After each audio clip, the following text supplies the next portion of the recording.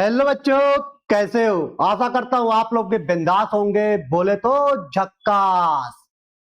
तो भाई एनटीए ने नीट एग्जाम की लगातार धांधली के कारण, नीट एग्जाम के लगातार पेपर लीक होने के कारण एनटीए ने नीट 2027 के एग्जाम में बेटा कुछ चेंजेस किए। तो बेटा अगर आपको ये चेंजेस के बारे में जानकारी चाहिए तो वीडियो के एंड तक जरूर बने रहे। तो सबसे पहले चेंजेस जो है बेटा एज लिमिट में है। तो एज लिमिट में क्या चेंजेस है बेटा? तो एज लिमिट में कोई चेंज नहीं। जो एज लिमिट पहले थी, मिनिमम एज कितना होना चाहिए भैया? 17 ईयर्स होना चाहिए। और अपर एज कितनी होनी चाहिए बेटा? अपर एज की कोई लिमिट डिसाइड नहीं किया है। 17 साल के ऊपर कोई भी बच्चा फॉर्म भर सकता है। 26 का हो, 27 का हो, 30 का हो, 40 का हो, 50 साल का भी बंदा नीट 2027 के एग्जाम दे सकता है, कोई फर्क पड़ने वाला नहीं।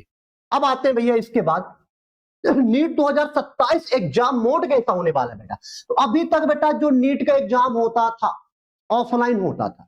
ऑफलाइन मोड में सभी बच्चे एग्जाम देते थे, लेकिन ऑफलाइन मोड में इतना धांधली हुआ भैया, इतना धांधली हुआ कि हमारे शिक्षा मंत्री ने बोला कि अब जो एग्जाम होगा ऑफलाइन मोड नहीं होगा, सीबीटी मोड होगा। सीबीटी मोड का मतलब क्या होता है बेटा? कंप्यूटर बेस्ड टेस्ट होगा।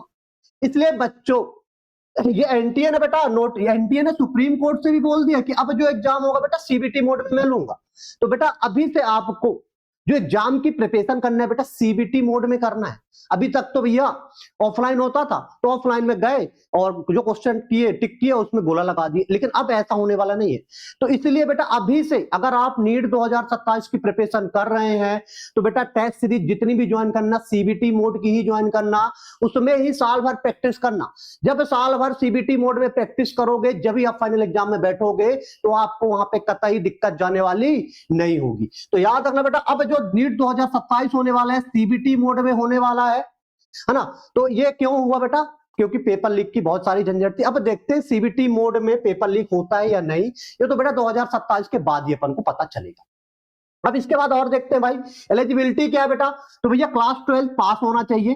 सब्जेक्ट क्या होना चाहिए बेटा? पीसीबी होना चाहिए, फिजिक्स केमिस्ट्री बायो होना चाहिए। और जो बच्चा कक्षा 12वीं में अभी इस साल है ना, वो भी फॉर्म भर सकता है बेटा, कोई टेंशन लेने की जरूरत नहीं है। अब आगे और भी क्या देखते हैं भाई? एग्जाम पैटर्न कैसा? एग्जाम पैटर्न सेम होने वाला है भाई। फिजिक्स में 45 क्वेश्चंस आएंगे 180 नंबर के। केमिस्ट्री में बेटा 45 क्वेश्चन आएंगे, ये भी 180 नंबर का। बायोलॉजी में बेटा 90 क्वेश्चन। बायोलॉजी का वेटेज जो होता है बेटा सबसे ज्यादा होता है नीट में, आपको पहले से पता है। बायोलॉजी में बेटा 90 क्वेश्चंस आएंगे 360 नंबर के। टोटल जो नीट का एग्जाम होता है बेटा 720 नंबर का होता है।